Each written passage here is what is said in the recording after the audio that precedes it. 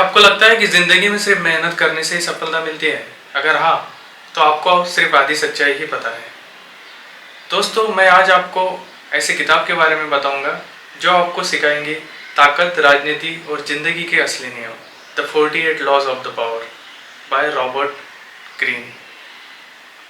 नमस्कार दोस्तों, मेरा नाम है संदीप। मैं कुछ दिनों से एक किताब पढ़ रहा था, द 48 लॉज ऑफ पावर। जो भी ये बुक मैंने मराठी में पढ़ी है, लेकिन इस बुक को मैंने इतने अच्छी तरह से समझ लिया है कि मैं इसको हिंदी में एक्सप्लेन करना चाहूँगा ताकि ये ज़्यादा लोगों तक पहुँच सके। दोस्तों, मैं आपको बता दूँ कि ये कोई मामूली किताब नहीं है। दोस्तों, इस किताब में 48 ऐसे लॉज बताए गए हैं जिसका उपयोग लोग सदियों से सत्ता पाने में, उसे बनाए रखने में और अपने दुश्मनों से निपटने के लिए किया करते आ रहे हैं। मैं आपको सभी 48 लॉज के बारे में नहीं बताऊंगा क्योंकि ये किताब खुद ही पढ़ना एक अलग अनुभव है। सो मैं आपसे इस बुक के टॉप 5 लर्निंग शेयर करना चाहूँगा। सो स्टार्ट करते हैं पहली लर्निंग से। आखिरकार हम कोई भी किताब पढ़ लें, लेकिन बात यही होती है कि हमने उससे क्या सीखा।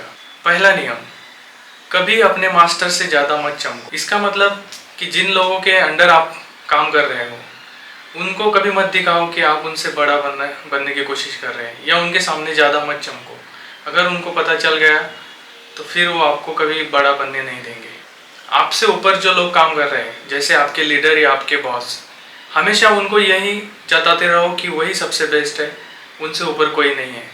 अगर उनको ज़रा सा भी अंदाज़ा हुआ कि आप उनसे बेटर बनने की कोशिश कर रहे हैं तो वो आपके साथ राजनीति शुरू कर देंगे और आपको दबोच लेंगे। दूसरी सीख, अपनी मंशा हमेशा छुपा कर रखो। आप जो भी चाहते हैं ज़िंदगी में, आपके जो भी गोल है, ये किसी के सामने कभी डिस्क्लोज़ मत करो, क्योंकि दोस्तों लोग वही जानते हैं जो हम बताते हैं, और हमारे ही बताए हुए चीज़ों की वजह से हम फंस सकते हैं। लोग हमें इन चीज़ों की वजह से नीचे खींचने की कोशिश करते हैं। सो बेहतर यही रहेगा कि अपनी मंशा हमेशा छुपा कर रखो। तीसरी सीख ये है कि किसी भी कीमत पर लोगों का ध्यान आकर्षित करते रहो। अगर आप कहीं पर काम कर रहे हो तो हमेशा कुछ नया करते रहो, नया सीखते रहो और वहाँ पे साबित करते रहो कि आप सबसे अलग हो। आप भीड़ का हिस्सा मत बनो, भीड़ में खो मत जाओ। इससे आप अपना खुद का अलग अस्तित्व बना पाओगे।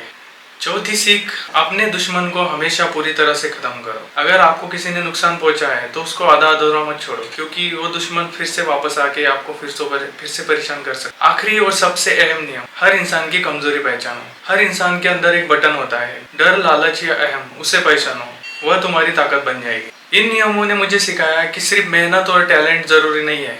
तो दुनिया के जो रियलिस्टिक नियम है, इन चीज़ों को भी समझना होगा, तभी हम हमारे जिंदगी में कुछ कर पाएंगे। ये 48 लॉज आपको चालाक, जागरूक और स्ट्रेटेजिक बनाते हैं, जो कि असल में एक ताकत है।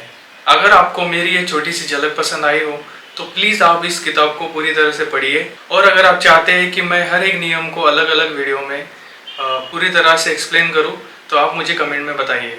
मैं हर नियम को हर वीडियो में एक्सप्लेन करूंगा। यह वीडियो आपको ज़रा सा भी सीखने लायक लगा हो तो प्लीज़ आपके नज़दीक के कोई भी एक इंसान को शेयर कीजिए जो आपको लगता हो कि उनको ये सब चीज़ें सीखना ज़रूरी है। और लास्ट में मैं इतना ही बताऊंगा कि दोस्तों, ये कोई आम किताब नहीं है। बाकी किताबों की तरह देखा जाए तो स्कूलों में हमें जो पढ़ाया जाता है या फिर समाज में हमें जो सिखाया जाता है वो अच्छा ही सिखाया जाता है। भाई, ये कोई मामूली किताब नहीं है। ये तो पूरी तरह से यूज़र मैनुअल है, मैनिपुलेशन पावर पाने का। अगर देखा जाए तो दुनिया में जितने भी बड़े बड़े लीडर्स हैं वो सभी इस पुस्तक में दिए हुए नियमों का पालन करते हैं। और एक बात मैं आपको बता दूं कि जब मैं ये किताब पढ़ रहा था तो मुझे हर बार ऐसा लगा, इस किताब के हर नियम को पढ़ते हुए मुझे हमेशा कुछ पॉलिटिशियंस की याद आई, और हमेशा लगा कि इन लोगों ने इस किताब को पूरी तरह से घुट घुट कर पी लिया है और यह सत्ता और ताकत बनाए रखने के लिए इन नियमों का पूरी तरह से इस्तेमाल कर रहे हैं। सो अगर आप भी सत्ता पाना चाहते हैं, ताकतवर बनना चाहते हैं, अपनी बातों से लोगों को बदलना चाहते हैं, लोगों को कंट्रोल करना चाहते हैं, तो ये किताब आपकी ज़िंदगी का अहम हिस्सा साबित हो सकता है। लेकिन कि इसमें 48 लॉज डिस्कस किए हैं। पहले 1-2 लाइन में लॉ बताया है, उसके बाद 1-2 पैराग्राफ में उसका स्पष्टीकरण दिया है, और उसके बाद इतिहास की सभी कहानियां दी है जो जिसमें उस नियम का उपयोग किया हो। नेपोलियन ने अपनी जिंदगी में इस नियम का उपयोग किया हो। हर नियम से रिलेटेड बहुत सारे उदाहरण वहाँ पे दिए गए हैं जो हमें नियम को समझने में बहुत अच्छी तरह से मदद करते हैं। इतना ही नहीं, ये जैसे हर सिक्के के दो साइड होते हैं, तो ये हमें उस नियम की दूसरी साइड भी बताते हैं। जैसे कि एक नियम है कि अपने दोस्तों पर पूरी तरह से विश्वास मत करो और अपने दुश्मनों का इस्तेमाल करना सीखो, क्योंकि दोस्त तुम्हें धोखा दे सकते हैं लेकिन दुश्मनों ने तुम्हें ऑलरेडी धोखा दिया होता है। उन पर भरोसा करोगे, भरोसा वापस पाने के लिए आपका काम अच्छे से करेंगे। सो ये हुआ एक नियम।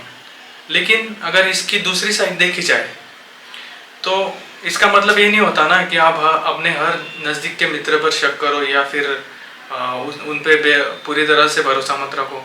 अगर हम किसी पे भी भरोसा नहीं रखें तो एक दिन हम अकेले पड़ जाएंगे और ये हमारे पतन का कारण हो सकता है। ये हर इंसान के लिए घातक है।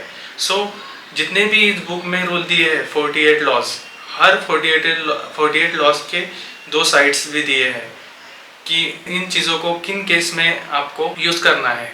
हर नियम के स्पष्टीकरण में लेखक ने यह भी बताया है कि कितनी सावधानी से तुम्हें ये नियम का पालन करना है या फिर इस नियमों का उपयोग करना है। आखिर में मैं एक और बात बताना चाहूँगा, यह किताब पढ़ने के बाद आपकी सोच में बहुत बड़ा बदलाव हो सकता है, लेकिन आप नैतिकता को हमेशा दिमाग में रखिए। यह पुस्तक किसी नैतिकता का समर्थन नहीं करता।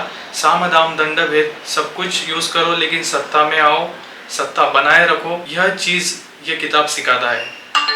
लेकिन आपको हमेशा नैतिकता ध्यान में रखनी। सो इस वीडियो में इतना ही, मिलते हैं अगले वीडियो में। अगर आपको यह वीडियो सीखने लायक लगा हो और आपको अगर लगता हो किसी और को भी ये सीखने की ज़रूरत है तो प्लीज़ एक इंसान से इस वीडियो को ज़रूर शेयर कीजिएगा। Thank you very much.